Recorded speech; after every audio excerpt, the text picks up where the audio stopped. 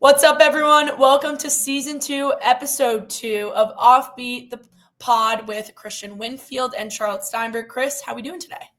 This is one of the worst days in human history. It's the day Why? after the Eagles won the Super Bowl. This is ground zero, man. It's bad. It's bad. As a Jets fan, I feel for the Giants. This is the one time where I share in sorrow and misery with the New York Giants because they got it worse than me. All I got to do is deal with Philadelphia sports having a moment where they just reign supreme over everybody else. Giants fans have to realize that Saquon Barkley is the reason why the Eagles were able to do this. So just a terrible day for New York sports. And on top of that, the Knicks just got punched by the Boston Celtics. So you got the two neighboring big sports cities. It's not a good day.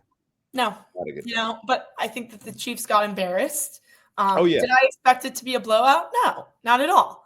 But things happen. We'll see what happens with the NFL. But transition back to the Knicks, as you said, watching that Celtics game, I watched it twice. I watched it during live, obviously. Yeah. And then I also watched it the day after at 10 a.m. I did not take anyone's opinion. I got off Twitter with all the breakdowns, whatever, and I just watched.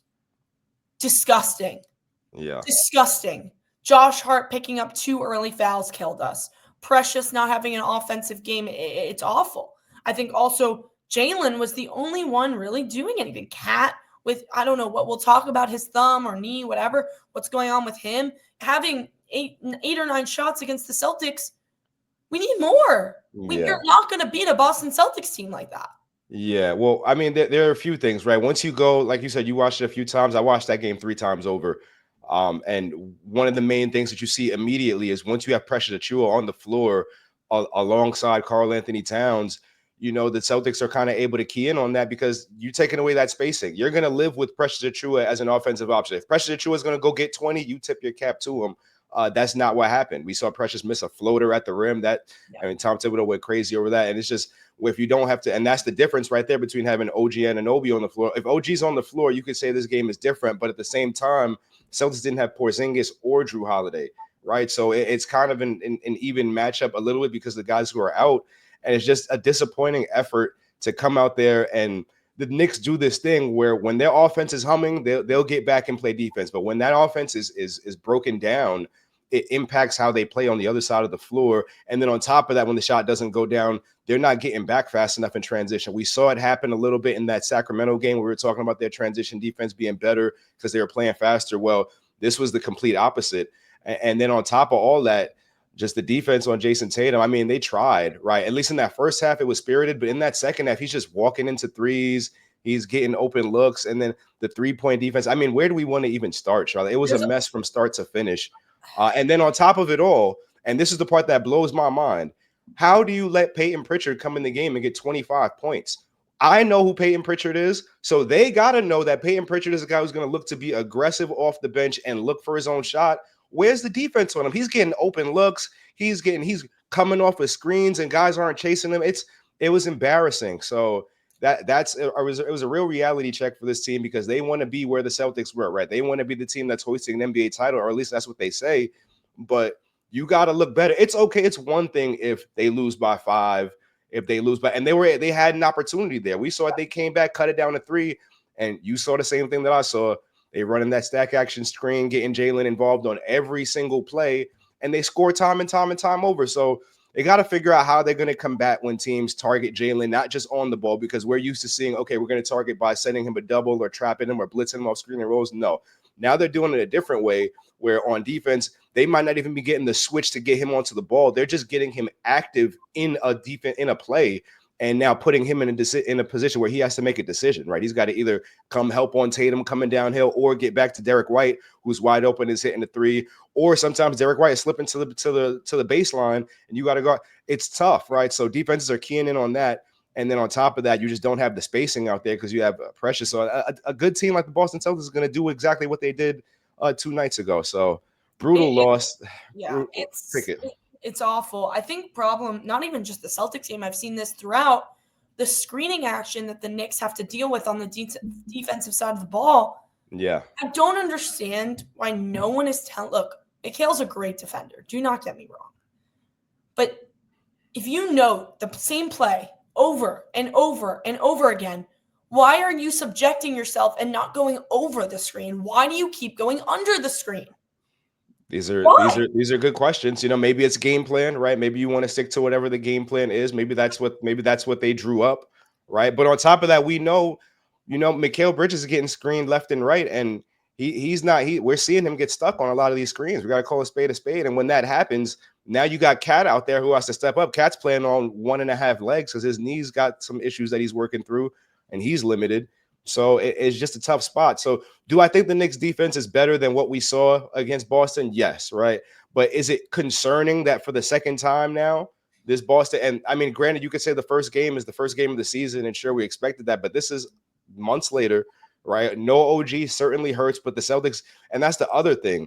When the Celtics have players go down, you've got guys that step up where you kind of have that trust that they're going to be able to execute the game plan and kind of have that same type of impact. When guys go down for the Knicks, now we're hoping Mitchell Robinson comes back, right? Mitchell Robinson is expected to come back after the All-Star break. Sure, we're going to get into that, but you're relying on him to be healthy. I think he changes a lot of things on both ends of the floor for this team, but the depth is going to be a concern. The Celtics, a guy, Neemias Queta comes in the game and he makes an impact, and Luke Cornett is out there looking like Wembanyama, right? Like Peyton Pritchard coming out there looking like I don't know what. It's crazy. So, and then we didn't get a good game out of Deuce. We need Deuce to play better in matchups like this, specifically against a guy like Pritchard. You got to be able to check him on one side and at least match the firepower on the other end.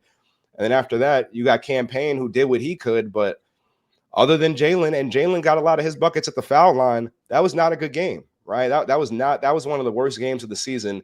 And it's just disappointing that you had sellout arena, you had celebrities, Thames was front row. It was just bad, it was bad vibes. You got to figure it out. Awful vibes at the Garden. I get it if this was in Boston, look, opening night was disastrous. Yeah. Was awful. But I think the biggest problem for me is the defense, but also Cat. Look, I don't know. We're going to get into Mitch because I'm very confused about the entire situation. I feel like his update, Kris, as a fan, it changes every day like the weather. Let's just dig into that real quick. Let's dig into that real quick right now. Let's just shift gears to Mitch because we're going to get to Cat. Okay. But I think this is the best course of action with Mitch, right? I think until he's completely out of the woods, and he's getting closer and closer to that every day now. He's gone through where he wasn't taking contact. He's gone through, he's taking contact now. There was that period where he wasn't sprinting. Obviously, he's sprinting and jumping and practicing now. Like, this is a healthy way to get a player on the floor as opposed to bringing him back too early. And I always make this reference. I covered Joe Harris when he had those ankle injuries in the same season, and he hurt it once early. I think it was in November that he got hurt. And then he came back and he was trying to rush himself back because that's a championship contending team. And then he hurt his ankle again, and we haven't heard from him. He ended up, that was the end of the Joe Harris era. So you don't want that to be the case with Mitch. You want to take as much time as you want just to get him 100%. Now, the issue is, even if he is 100%, you never know, just because, injuries are funny like that, especially with guys who've had injuries. Remember, Mitch had the same injury twice in the same season. That's why I like this. That's why I like this approach, because you're taking your time and you're letting him, feel 100% comfortable. That being said, this team clearly needs him, right? You need someone out there who's going to be able to be a deterrent in the paint, who's going to just give you some more toughness, who's going to just be able to, you add the vertical lob threat. The Knicks haven't, I don't remember the last time I saw an alley-oop on a pick and roll from this team. I don't know if I've seen one all season. You get that back. So I like that. And it gives you more size. You look a lot bigger. When you put that lineup of OG and Mitch and Cat and Mikal on the floor, now you got length. Now it's okay. Now you can match up against a team like maybe Atlanta, right? Maybe that Atlanta matchup looks a little bit different when you got Mitch. So I think it gives you a little more optionality in terms of the players you could put on the floor. But I feel for Knicks fans too, because Mitch hasn't played since May. It's been a while. It'd be one thing if he was some end of the bench guy and it's just like, oh, it's been a minute. No, this is an important piece of the puzzle. And this is a guy that's homegrown here, right? Fans love Mitch. They want to see him back on the floor because they know the type of impact he had. Last season, he had me looking at Moses Malone stats because he was grabbing so many offensive rebounds. I'm like, what the hell going on here? So my question is, Kris, I get it. Coming up on the trade deadline, you don't want to give other teams information. I get that. I totally understand why they did not give an update on Mitch before the trade deadline. OG's day-to-day, I think he just got upgraded for questionable for tomorrow's game, the way that we're recording it right now for Indiana. He's questionable. He's not even out. I would be very surprised if we see him before the All-Star break. Me too. No, me too. My whole point with this is, why so secretive? You can't even trade anyone right now. Yeah, I think it's a competitive advantage thing. I don't think Tibbs wants the Pacers to know who's going to be available or who's not. These games are important. So any little advantage you can have, whether it's not letting Mitch is not returning against Indiana tomorrow. We're talking about OG. This is OG, right? OG, He's being ambiguous about OG. You know, whether or not OG is in the game or not for the opposing coach. You best believe Rick Carlisle's paying attention to these injury reports. So you better make him think that OG's going to play. I don't mind that. I think we all know that OG's not going to be back until after the All-Star break. I think it'd be foolish to try to force him to come back for a couple games right now when you're about to have all this time for him to rehab. I think the idea that Mitch is going to come back too before that just doesn't make sense either. Like, let these guys – this is going to be a good break for these guys. They need this time, and they come back, and then we get a chance to see what this team really looks like. I get it about OG. I don't understand it about Mitch. I don't understand. Just tell us if it's 2 weeks or 3 weeks. I listened to the Shams report, and Shams is saying he's not close. He's not close. So I'm confused. And then we got Thibodeau saying, he's still doing stuff, but he's not ready. And Shams is saying not close. Obviously, you're going to trust Shams because he's one of the most reputable NBA reporters, but it just doesn't make sense to me at all what's going on with them. I don't see, as a fan, I think I've been on Twitter telling people this. I would be shocked. Kris, I agree with you. I'd be shocked if OG comes back even before the All-Star break. I think maybe a week after the All-Star break, potentially. Yeah, I'd take it further. I think it'd be negligent. To put OG on the floor at any point. This is a guy who you need healthy for your playoff run. Yeah. So why even risk it? Like, sure, would you rather lose 2 games or risk OG being out for the season because you rushed him back on the floor and now he's hurt even longer? Yeah. And there's not even a guarantee that they lose these 2 games, right? It's Indiana and Atlanta. These are teams that you could beat without OG. Yeah. Right now, it won't be easy, but it's not the end of the world if you happen to lose these games. Like, I'd rather have a healthy OG for the set. Now, the question is he going to be healthy, right? Just because he missed these 2 games doesn't guarantee you're going to be healthy on the other end. So who knows, man? Injuries are funny. I agree. But also, one of the big, speaking of injuries, Karl-Anthony Towns. And you said, I think you wanted to mention that, there might be a different injury if you want to talk about that. Yeah, so no, it's not necessarily an injury. He's just been dealing with like what they're calling like patellar tendinopathy, which is really just longer terminology of saying he's got right knee soreness. He's been experiencing right knee soreness across different spurts this season. And I think I could be wrong, but I don't think I am. I think this has been something that he's been dealing with for some time. This isn't anything new. So, but this is another thing. This is another reason why you need, say you need Mitch minutes, you need Precious minutes, you need Hukporti minutes, you need all these guys because you can't really afford to. The thumb is one thing. I think the thumb will be fine. It's impacting his 3-point shooting, obviously. And the All-Star break is going to be good for that. The knee is something that's been recurring here, right? The thumb is kind of a one-off. So that's something that you kind of got to pay attention to. And you kind of saw it. You saw it in the last game, the mobility, the lateral movement, the way Tatum was just coming on. And now Tatum is as good as they get. But, I mean, he turned Cat into like a stone figure at times coming up the world. That's because his knee isn't right, But so why can't you give Cat 1 game off? Why? You got Hukporti. We're going to talk about the damn Jericho Sims trade because it still doesn't make sense to me. Yeah. Why not give Cat 1 night off? I mean, we're approaching the back-to-back, so never say never. But, I mean, listen, Cat said even before the last game he wanted to play. Like, he was working, he was going through the motions, but at the end of the day, he knew that was a big game, and he wanted to go out there and be there for his team. These are guys that like to play basketball. I know we talk about Tibbs and we talk about minutes police and all that. End of the day, these guys get paid to do something that they love, right? So sure, is it responsible to play Cat in both games of this back-to-back? He's dealing with a couple things. Maybe not, right? Maybe one of these games he should sit, but I guarantee you on the other side of that, you got a guy that wants to be there for his team, and you also got a team that wants to win as many games as they can. Cat's the first person that'll tell you, we need to win all these games because for playoff seeding, game 52 matters just as much as game 82. Right. But the biggest thing that matters, regardless of playoff seeding, is Big Cat going to be available at the end of the season? Right. Is OG going to be available? Is Mikal going to be available? Right. Mikal's a guy who's never missed a game.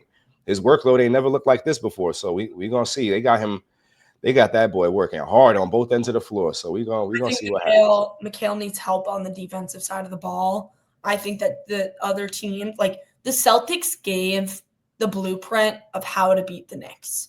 You put Jalen Brunson in pick and roll action and make him defend your best player. Yeah. You limit Cat in the paint, and once he misses one shot, he's probably complaining to the refs and getting out of the game, which is true. It's fair to say. Oh, man. No, it's true. I think, if, we haven't seen in a while where there's a night that Cat and Jalen are on for big games. Not like, excuse me, but like the Wizards or someone of that caliber, like the Hornets, whatever. Or, who knows, the Jazz or something. Like, I want to see it against a Celtics. I want to see it against, they had a good game against the Grizzlies, but I want to see it against the top teams. Yeah. We play Boston 3 more times. Yeah. We play Cleveland. We played Boston and Cleveland on a back-to-back, if I'm not mistaken. It's crazy. I think that's coming right out of the All-Star break. Yeah, that's coming right out of the All-Star break. And that's crazy. I personally do not think, Kris, that this fan base, this office, the reporters even, can handle another Mitch injury. I actually might lose my mind. Man. No, like genuinely, I'm going to jump on the pod. And you got to feel for Mitch, though, because it's not like he's sitting there saying, hey, I want to get hurt. This is a guy who, you know what I'm saying, he wants to be out there just as much as everybody wants. He probably wants to be out there more than all these fans and all these reporters and these executives and these coaches that want him back out there. But at the end of the day, injuries are injuries, So I always feel for guys that get hurt because it's not their fault. He told me he got hurt taking a wrong step. Like, come on, man. That's just bad luck. I agree. I think that the Knicks have also failed to make a statement win this season. There hasn't been a win that I'm like, wow, like that. I don't know, right? I think we were when they beat Houston, when they beat Memphis, when they went on those runs, when they beat Sacramento, Memphis, Denver, lost to the Lakers, but then beat the Rockets. Those were good wins. I don't know if you would call them. I think you could call that stretch of wins a statement. But they lost twice to Oklahoma City. See, there you go. They've lost to Boston. They've lost to Cleveland. I want to. They lost to Dallas. They beat Denver. That Denver win was a good win. Yeah, I guess, but they beat Denver twice now. Like we can give the team credit, but that's the thing, though, right? This isn't a team that just wants to win some games. They want to beat the best of the best, and if we're going to hold them to that standard, and we're going to, like when I was covering the Nets. I was like, yo, this isn't D'Angelo Russell and Karis LeVert. This is Kevin Durant, Kyrie Irving, James Harden. Yeah. Like, these are guys that are competing for a title. Yeah. So if we're not holding them to title expectations and measuring them against title teams, then what are we doing? The same can be said for this Knicks team. You go out and trade 5 picks for Mikal Bridges and then trade Julius Randle and Dante DiVincenzo for Karl Anthony Towns and sign OG Anunoby to a $212.5 million contract, name Jalen Brunson team captain. This is a team that you want to compete for a title. Yep. So why would I not measure them against you? You've lost twice in blowout fashion to Boston. You've lost twice to Oklahoma City. The games weren't necessarily close. You lost at the beginning of the season to Cleveland, and that game was really weird. But you got to play them a few more times, and we know they're good. Yep. Right? So, that's what I wrote for the New York Daily News right now. The Knicks are the best of the rest, but they're not a true contender until they can show the world that they can beat some of these teams, and that's just what it is. I agree. We also need to talk about the Jericho Sims trade. Sure.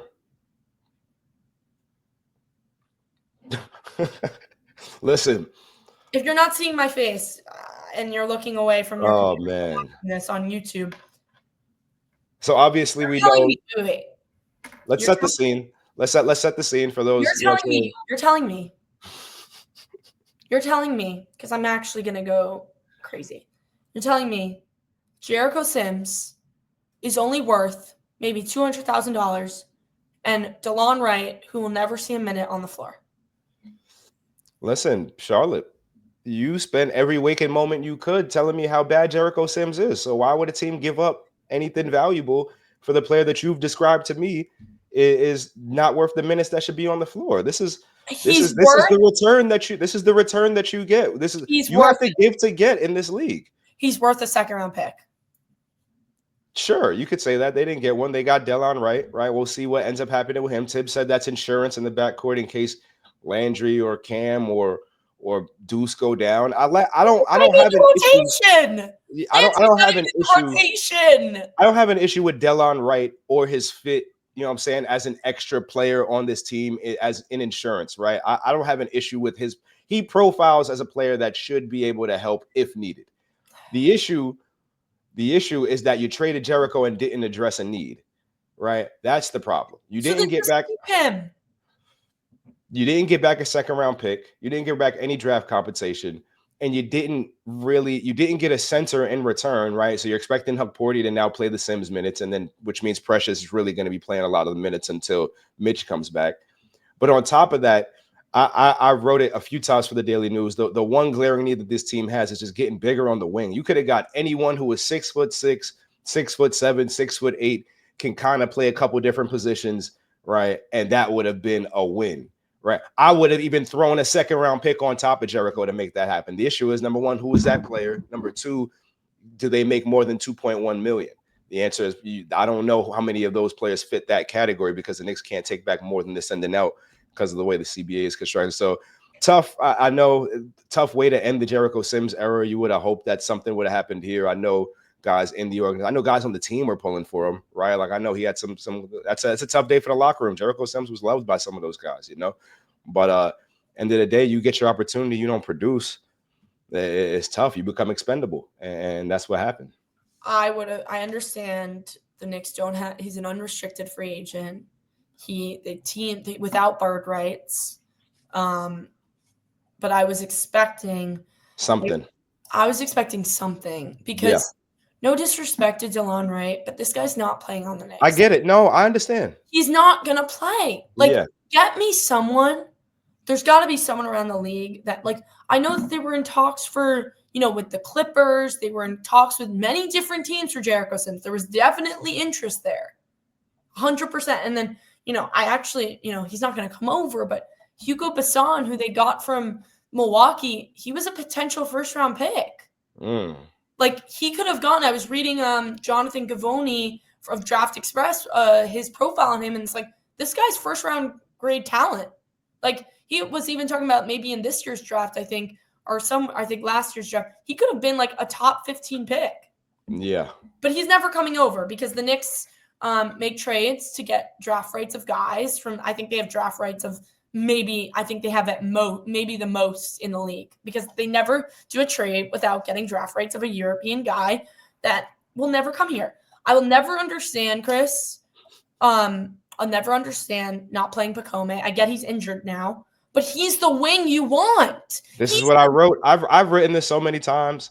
And my big gripe, right? The reason that guys we see with Boston, the reason that guys like Neemias Queta, I don't even know if I'm saying his name right, but that big guy that came off the bench, the reason he's ready to play minutes against the Knicks is because the Celtics trusted him to play minutes game 1, 2, 3, 4. They put him on the floor. The reason Luke Cornett has developed into a serviceable player, the reason Sam Hauser is a two-way guy, now the reason Peyton Pritchard is able to drop 25 off the bench is because the Celtics not only developed these guys, but they gave him the opportunity. You didn't even give Pacome really the chance to come out there and learn. Yeah. I think if Pacome would have been playing right now at the beginning of the year, he'd be maybe ready for some of these minutes. Then again, you also look at his G League stats. His G League stats aren't that good either, though. So it's I think I'd just rather him learn at the pro level than struggle in the G League. And now, I don't know, man. It's tough. What's the point, Pacome? Is he going to sit on the bench for 2 years? We saw Kevin McCullough play one game for the G League. Now he's not playing again. I'm very confused about that. TJ Warren is killing it in the G League. He is killing it. And I'm telling you, I'm sure the Knicks got to wait till March 1st because of the CBA. If that guy goes to a different team and he cooks, that would be bad. That would be bad. But I mean, TJ can get you a bucket. It's just his ability to defend at this level that I'm concerned about. I don't know if you're going to be able to. That's the thing, though. If you can't get a guy, maybe you still go get TJ anyway, because push comes to shove, you got the worst bench in the NBA in terms of scoring right now. So he's going to give you a boost, right? It's just going to be, how long can you last with TJ on the floor? Because guys in the NBA, we saw what they were doing to Jalen, right? They will be like, okay, TJ's on the floor. Let's put him in some action and see what happens. These teams are they're savages. They will go after your worst defender every single play and call a timeout until you call a timeout and take him off the floor. So it'll be interesting. But 47, you can't ignore. You can't argue with 47. That's tough. So let's see what happens. I think that he deserves a spot on the Knicks. What I would have done, I'm confused about our two ways because like there's just so many questions I have that I wish as media that you guys could ask them. Like, you have Matt Ryan on the two-way. He was signed because he had like an amazing 3-point percentage with the Pelicans. Yeah. Not playing. You got Jacob Toppin, who, in my opinion, I'm confused with him because he's probably only here because of Obi. Let's be honest here, in the CAA connection. And then Okeke just got signed by the 76ers, so he's that one stings. I thought Chuma Okeke would have been a good fit for what I'm talking about, just to add size and versatility and depth off the bench on the wing. The Knicks desperately need another wing player. You can't just keep having, in my opinion, you can't just expect Mikal and OG and Josh to play 48 minutes or to play 40 minutes. But that's what's happening right now, Kris. Like, it is. No, it's it would appear that we know how this story ends. I'm hoping that it's different, but maybe Mitch coming back shakes up the rotation a little bit. Maybe the Knicks sign somebody, that adds some depth to the wing. But we know we see versions of this play out all the time. Guys run out of gas in the playoffs because they played heavy workloads during the regular season. That's why do you think we see so many teams going now to 10, 11, 12-man rotations? You got teams that can put a second and third unit on the floor and be happy with that. Why? Because they want their best players to be fresh for the end. Tibbs is saying we want to save play our best basketball save our best basketball for the end of the season, but they're going to be on dead legs. So, did you guys as reporters ever get an update on Pacome's toe? Nah, I don't even think we probably haven't even asked about that, to be honest. So I'm sure Thibodeau will say I have to ask medical. He'll have it. Well, when did we got to ask about that? Yeah, we'll figure that out. Now Kris will be like, "Oh, I'm going to ask this." Might as well, yeah. No, I just want to know because Pacome, he's not going to play. I disagree with him not playing. I mean, I think he should have been. I don't think you can play him now. I'm not saying now, but come next year, is he going to be sitting on the bench for a second year in a row? I don't want to say it, but you do know it because and we have people on Twitter screaming about 5 first-round picks. These kids were never going to play. They're going to sit on the bench. The Knicks are going to run out of room on the bench. No. See, here's the thing: when you talk about 5 first-round picks, that spans into the future. You know what I'm saying? What we have right now, the situation of the rotation, that's a now thing, right? Those 5 firsts have ramifications well beyond the current roster, beyond the current makeup. That's a tough cost to pay for a guy. And you still have to re-sign him. And you still re-sign him, and he's going to want at least $150 million, which the Knicks don't have. And it's going to be they can exceed the cap to re-sign their own guys. They're just going to become a second-apron team, and from there, it's going to get. Bro, they got them one more year. You're going to get your 2030 pick taken away. You're going to get all of those penalties. I don't know all of them, but you're going to be a lot of penalties. But also, I just think the problem is, what did you expect dealing with the Brooklyn Nets? There's a reason the Knicks and the Nets don't trade. They're cross-town rivals. We are in the same state. It's like if the Mavericks traded with the Rockets or the Spurs. Or California. Look at the Lakers and Clippers and Warriors. It was never going to work out well. That's why I say it was a big bet. It's a big bet now. He was Kris Mikal. Ian Bagley reported this. He was going to he would just wait until he's a damn free agent. Why? Yeah. What was the rush? You're going all in. There's no guarantee you're going to have that cap space. You're not going to be able to sign him as a free agent. You know how many millions of dollars the Knicks are over the salary cap? Mikal's not signing the middle. The only way to get him on the roster was via trade. So I understand. I understand considering an overpay because you're paying 5 picks, and 5 picks is a lot for a guy who's not a perennial all-star. But I think the trade would have looked a lot different if this team was winning games against title contending teams, right? If this team was actually I think Josh Hart said it, no one cares how many first round picks you give up if you win a championship. Spot on. This team is not winning a championship. That's the problem. This team, at least from what we've seen, because as of right now, you can't beat Boston, and we're going to see what it looks like against Cleveland. But it's tough right now. They're in a tough spot because of the price they paid to put this roster together. So we'll see. Maybe they have another trick up their sleeves in terms of what next offseason looks like. I know we're still. You don't even have room to make anything, Kris. No, we're talking about trade. We're talking about trades because next year they'll be able to do. That's what I said. I said they're gonna have to trade one of the main guys. They're gonna have to trade someone. It's just the truth. It's gonna have to be one. People just don't want to have the tough conversations. But I said this at the Knicks Twitter watch party to just a couple people. The Knicks in 1 to 2 years are gonna have to trade one of their main guys. It's gonna have to happen. Unless they win. No, and if they don't win in 2 years, someone is getting traded. Someone is getting traded. I wouldn't even give it 2 years. By next trade deadline. This is not a front office that just lets time go by. I was surprised, actually. I thought that we might see a bigger move, but they're banking on Mitch being that move that might put them back into a race, really, back into being in contention with these teams. Because right now you're looking at a team that's clearly the third best in the East and doesn't have anything for the top two. So hopefully Mitch changes that. But depending on if this team is fully healthy, right? This team is 100% healthy going into the playoffs, and it's another second round exit.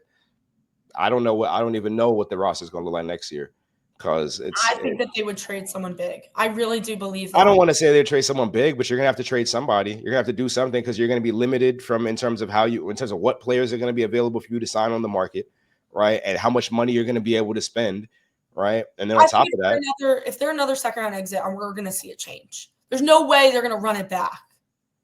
You can't. You could run it back last year, and they didn't even run it back. They took a big swing. You can't. Like last year, you could have convinced me to run it back because you were hurt and maxed out Game 7 second round against a team that went 11 players deep. That was inspiring, right? That's okay. Let's try that again. That was a very inspiring way for that season to end. That gave you hope that this year we run it back with the same group. Maybe we can go to the Eastern Conference Finals. Now you're running into these problems where this roster and the way teams are playing, in terms of just being able to stretch the rotation so deep. Granted, we still have to see what it looks like with Mitch. We have to see what it looks like when OG gets back. I don't necessarily want to rule out that once Mitch comes back, the rotations can change in a way that makes it so it's less of a workload on your wings. I think that's a possibility right there. The Knicks play big more often. Mitch comes in, Precious comes in. Now one of OG and Mikal and Josh can sit, and now you can start staggering those minutes. I think we have to wait and see what that looks like. But if that doesn't solve these issues, that's what I'm saying. If it doesn't solve, then they have to do something in the offseason. Yeah. It's the unfortunate truth. It's the truth of the matter. Because the status quo ain't going to get it done. It hasn't worked so far. Yeah. Now, what change do you make? Well, that's what we're going to talk about right now. The buyout candidates. That's the big question. So it's tough. But there's still a second half of the season, right? You still got Mitch. You still got OG. Cat, I don't think Cat's played his best basketball yet. I think you got this long break that's coming out that's going to be really good for this team. The issue is I got the schedule right here. Once you get out of the All-Star break, you got Chicago, Cleveland, Boston, Philly, Memphis, Miami, Warriors, Lakers, Clippers, Kings, Portland, Warriors again. Oh, my God. Heat, Spurs. Then you got the Hornets and the Wizards. That's a little break, but that's all the way in March. You telling me you got a month straight of just goons that you got to play other than Portland? That's tough. Yeah. That's tough. So I agree. Also, speaking of, the tough schedule, they might bring in some reinforcements starting March 1st. They can find someone. I have some people up here, Kris. First of all, have you heard anything on the Knicks buyout candidacy? Anything you want to tell the public? Nah, I'm looking into All-Star Weekend. We know they're not going to be able to sign anyone that's made more than the non-taxpayer mid-level, which is $12.8 million. Yeah. We know that they're hard capped at the second apron, so they really it's going to be limited in terms of what they can spend. Now it depends to see who becomes available. I would be surprised if this team signed anything other than a wing that has some size, because other than that, you're not really, if you're going to sign a center and he's not going to play, it would kind of be a waste. So I think a wing that could play that type of role, maybe knock down a three, defend multiple positions, that's the kind of guy they need to target. Now, is that guy available? We'll see. I don't know. I agree. So some of the wings that we have, Kris, how do we feel about Johnny Davis, a former first-round pick, and is a wing? Johnny Davis. Let's pull him up. Johnny Davis used to play for Wizards. That's what I was about to say. The Wizards sound familiar. He is 6'4". Is this Johnny Davis on the Grizzlies? Is this what we're talking about? No, Wizards. He went to Wisconsin. He was a no, this is him right here. They have him. ESPN has him on the Grizzlies. He's not on. Davis trade pending is out for Saturday's game versus the Thunder. Did he just get traded from the Grizzlies to the? No. It says Wizards trade pending. Maybe that's why he's getting bought out because he got traded. Hold on, Johnny Davis trade. Yeah, Johnny Davis was traded from the Washington Wizards to the Memphis Grizzlies on Thursday afternoon. So I guess the thought process is maybe the Wizards are gonna waive him. I don't know if maybe the Grizzlies are gonna waive him, but if he was a former pick, then he was a former lottery pick out of top 10. I don't know. I don't know if he's gonna be available if the Grizzlies just got him. You know what I'm saying? Then unless they're gonna waive him immediately. What about we talked about TJ Warren? I think he would be a great fit for the Knicks, but what about a Daniel Tice?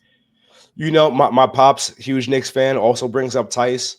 But he just got waived from the OKC Thunder, correct? Right? Like, I think that stylistically earlier in the season, I was thinking that like that might be a guy who could be a good like Hartenstein-like replacement. But at the end of the day, defensively, Hartenstein, just everything he's able to do in terms of lateral movement and protecting the rim, we don't get that in Tice, right? You kind of get for the same reasons I didn't like Valanciunas and the Knicks didn't end up moving on him, kind of getting a slow-footed guy.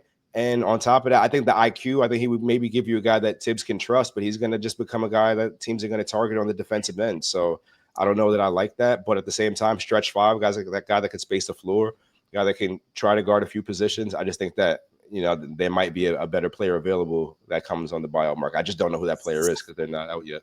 Speaking of defense, PJ Tucker. PJ Tucker fits the mold. I just think he's past his competitive days, but I mean, maybe. Is he doing anything this year? Has he played in a game?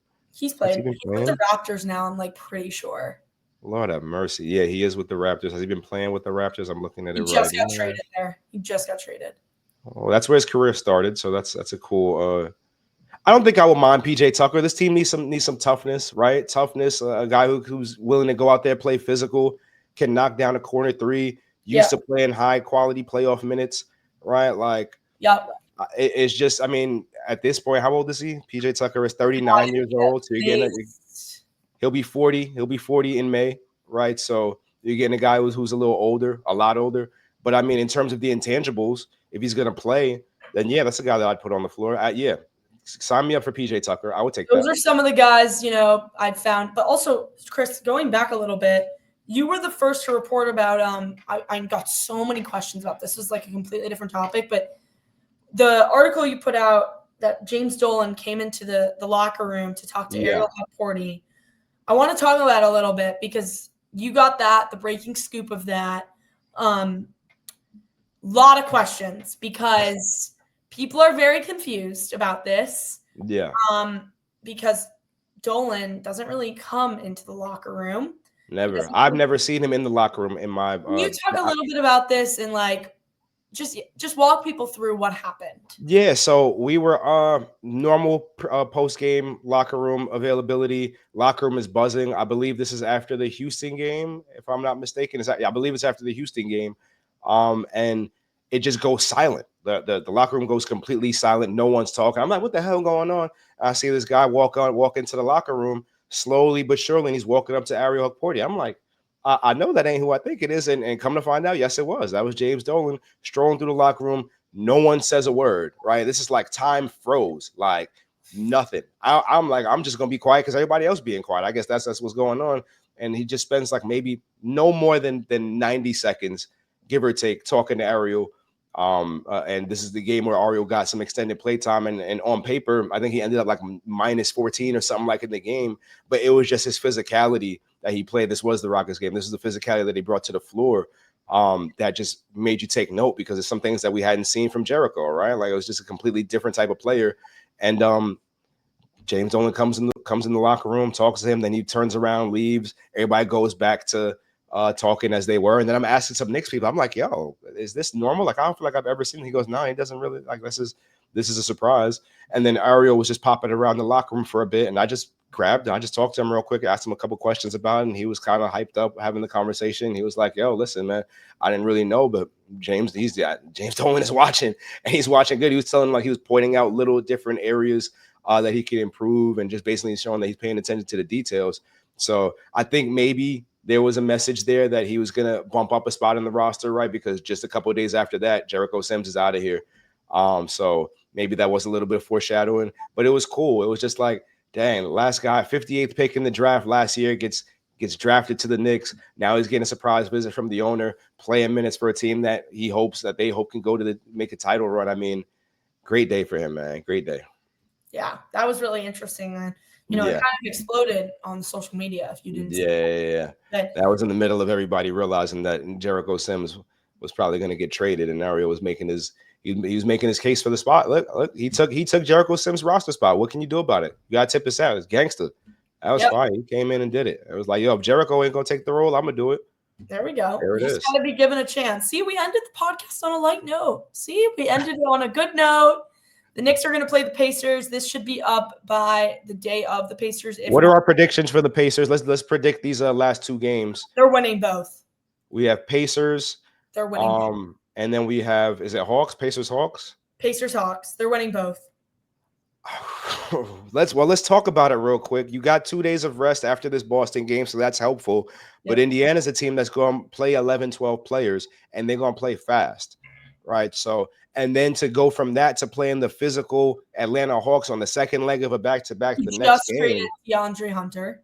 That is tough. We got to see what they look like. So I think those trades, you're right. Those trades do say to me that Atlanta is not really trying to win ball games.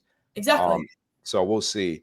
But that Indiana game, I wouldn't just write that off as an automatic W. No, the Pacers are so motivated. I think that they are so upset about that. You could be as motivated as you want. Can you play 48 whole minutes? No. Nah. So we're gonna see what happens. And Kris, we were having this debate at the watch party. People are like, Thibodeau, this is his last year if he's a second round exit. I go, he's staying. He's not leaving the Knicks. Man. He's staying.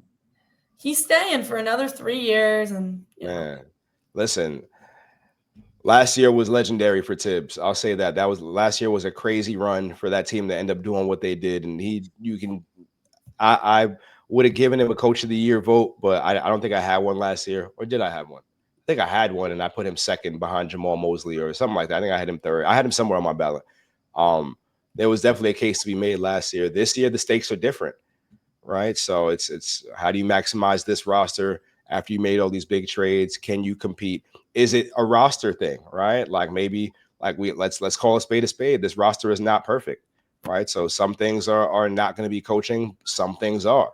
How you use the players are, right? So it's definitely an important season for everybody, right? Because like we said, if it's another second round exit, or dare I say a first round exit, because there's some of these first round teams that are probably looking at the Knicks like, hold on, y'all only gonna play 8 players. We got 12. What's up? Like the math doesn't add up. So we'll see. But I'd like to think that this team is gonna find a way to turn it around. I think you got a really good locker room. You got a tight locker room. You got a bunch of guys that want to win. And on top of that, you got a whole, what did Josh call him? A demon? You got a demon lurking because you got Mitch coming back. And I think Mitch is going to be something that Mitch gives you a completely different profile when he's out there on the floor. My thing has always just been, can you rely on him to be out there every minute, right? I don't think you can. So you got to be strategic about how you use him. But I think Mitch changes the dynamic for sure. I agree. Well, I think we discussed most things that we wanted to get off our chest today. Thank you, everyone, for listening to our rant, my rant, and Kris giving me logic about what's really going on. It's Knicks therapy. It's a Knicks therapy for everyone. It's free therapy. You don't have to pay any money to listen to us. So appreciate y'all. That's the title of this episode, Knicks therapy. Yeah, we'll see. Maybe it'll be Knicks therapy. But appreciate everyone. You can follow Kris at Kris Splash. It's right under there. You can see his @. You can see mine on Twitter, Char Steinberg 4. Appreciate everyone, and we'll see you on the next episode.